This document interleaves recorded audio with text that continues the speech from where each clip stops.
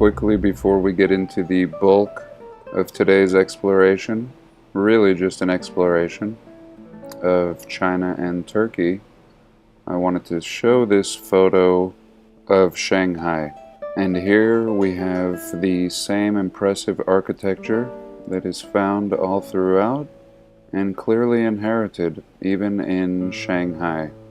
This resembling nothing that we are led to believe about the historical narrative of China. And with that said, let us begin our presentation. Welcome. And this week I'm going to be a little short on time, so I thought I'd make a little video so that I can present something to you next Sunday. I have some of it completed, and it will be touching on the subject of China in the early 1900s and Turkey going way back, and I'll share my opinion and also the opinion of the New Earth channel when it comes to the subject of Turkey. But before we get into that, I just wanted to show you this stolenhistory.org post, and they were talking about the Great Fires. And we've done a lot of looking at pictures of fires all over the place, all throughout this realm. And one excellent thing that he shows here is the similarities between them all, posing many great questions. Was this an internal war? Was it an outside attack? And here we have 13 main points showcasing these anomalies.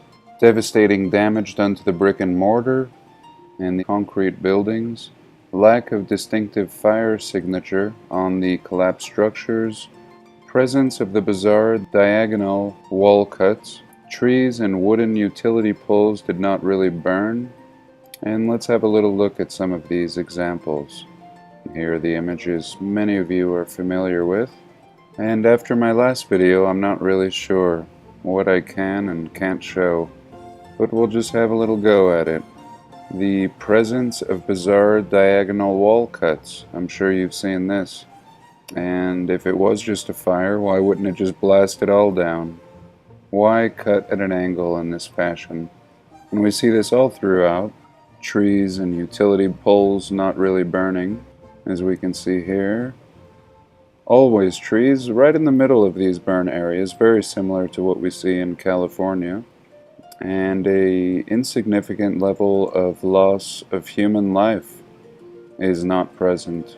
So here we go. We see destruction like this, and then 51 perish, 76, 3, just ridiculous. And the posing of pictures, really the past just seeming like a big photo op. These people not seeming to have anything to do with the construction of these photos, and just conveniently posing upon inheriting them. Lack of photographic evidence of the cleanup activities. Very good point. Super fast rebuilding activities. Lack of photographic evidence of the rebuilding activities. Non-researchable dead-end appointed architects. And many of these architects are just ghosts. Oftentimes reading about them only to discover that there is no trace of them in any other articles. And of course the bizarre fire initiating stories, a cow knocking over a candle and burning the whole city of Chicago down in 1871, for example. In Seattle, some water spilt on glue, sparks from the chimney, destroys half the city. And some interesting points. And if anyone is still not convinced of the anomalies associated with these fires, I recommend you have a go at trying to answer some of these questions. And here was a picture I showed in my last video. I had some comments about where this was, and this was supposed to be a proposed building in New York City that was going to be the highest structure raised by man, outdoing the Eiffel Tower as seen in this picture. And this was to be at Coney Island, And we can see here behind the Eiffel Tower is seen the Freed Globe Tower, an amusement enterprise now being erected at Coney Island, which is planned to attain a height of 700 feet. Not really sure, I don't think that's quite the highest structure, but nevertheless, at Coney Island, so many anomalies associated with this amusement park, which was pretty much all torn down. And here was a picture of the JFK Stadium in Philadelphia, which was said to be torn down after the Live Aid Festival, or Farm Aid, I'm not sure what it was, in the 80s. And here's a little look, really just seeming like an old Coliseum, and what looks like some pretty amazing structures back here. Perhaps the site of a future World's Fair, I'm not sure. And here real quick we have an image from 1935. And let's play Where Are We? Where is this city in 1935? Bustling, bridges, beautiful monuments with fasces and amazing antiquitech. I don't know what I would have guessed with this one. Hard to see the people, and from what we can see, seeming very in line with the fashion of what we know as 1935. And this is China. China in 1935. And the exact city is Shanghai. The Bund, perhaps this is a district, in Shanghai in 1935. And not what anybody would probably imagine. Not a single clue that we're in China here. Not one. No pagoda, not even a Chinese hat. And in today's modern narrative, we're led to believe that China is an up-and-coming country, people leaving the rural areas in droves to start new lives in the city. And yet in 1935, seeming like they were already there, doing just fine, same building style found all throughout this plain, and just as impressive. And here again a little look at China, and in this particular picture, absolutely seeming like inheritors. And this is not supposed to be a canal, this is a great flood of something. And again we get a good close-up at the amazing Greco-Roman style architecture. Just absolutely mind-blowing and intricate. And just like we do, we slap some cheap signage over the doorway, and there you go. We satisfy the masses, and an inheritance is achieved. No questions asked. Primitive people, advanced city and architecture. And what I was searching for was China Ice cities, as I briefly featured in a past video, and that's when this image popped up. Very interesting. Sometimes I wonder if the AI is tipping me off, because these ice cities really seeming to boast this old world style. Very interesting. As if perhaps the cities had been here, and in some pictures seeming more so than others. But very interesting. I'm really not sure what to make of them. Some parts seeming not to be made of ice, as we can see back here. And is this just a cover-up? An ice cover-up?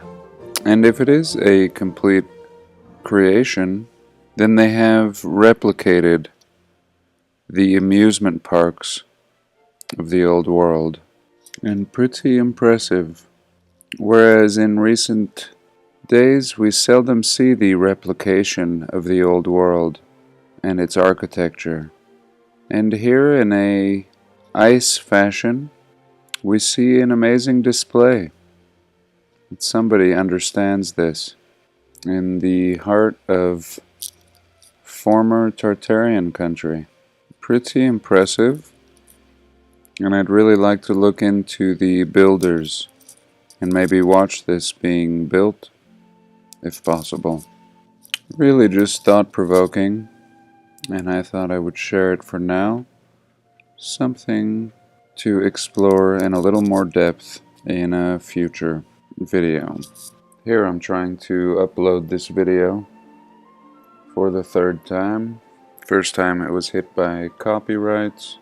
Second time hit by inappropriate content for most users. And finally, I'm just gonna upload it anyway. This means that they'll be limited to no ads, as is the case in several of my videos. And I show a little quick snippet of this at the beginning of this particular video that I'm currently uploading.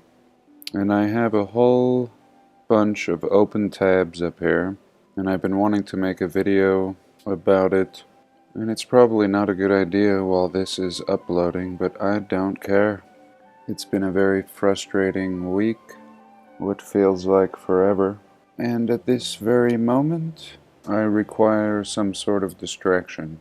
And today's distraction from my life will take us to Anatolia, Turkey.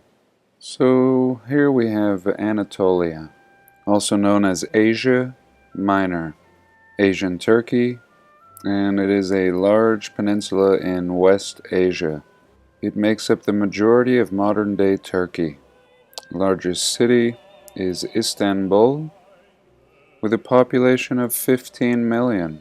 Some populous groups include Turks, Kurds, Armenians, Greeks, Arabs, etc.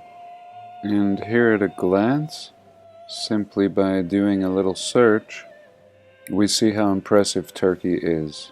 And I remember watching a New Earth video, and she was saying that if there was a capital for a lost people that constructed architecture in the Greco-Roman style, then the capital of these people would be Turkey, and not Greece. The ruins in Turkey are much more massive and impressive than anything seen in Greece, and really a mind-blowing exploration. I was really fascinated and hadn't realized that many sites that have interested me were actually found all throughout Turkey. Some of the most advanced and beautiful ruins from the past. And just based on these images and the variety of sites, one could spend a lifetime exploring Turkey. And most of these sites completely abandoned and long forgotten and seldom explored. And again, not sure where I was going. Even at a quick glance, we can see that we're dealing with truly something older than most of the ruins found in the world, but of the same style, the same people. And here's a little look at the ruins of the city of Ani, Turkey. And this is a monastery, they're telling us, thought to have been built between 1000 and 1200 AD. And as I've mentioned before, it just seems like the older the ruins, the more advanced, and the more the ability to weather time. And this is absolutely intricate, seeming to be built of junk stone with a facade applied over the top. And here we get a good look at that. And the facade, the beautiful facade and intricacies have crumbled off, revealing the original construction, which seems to be stone.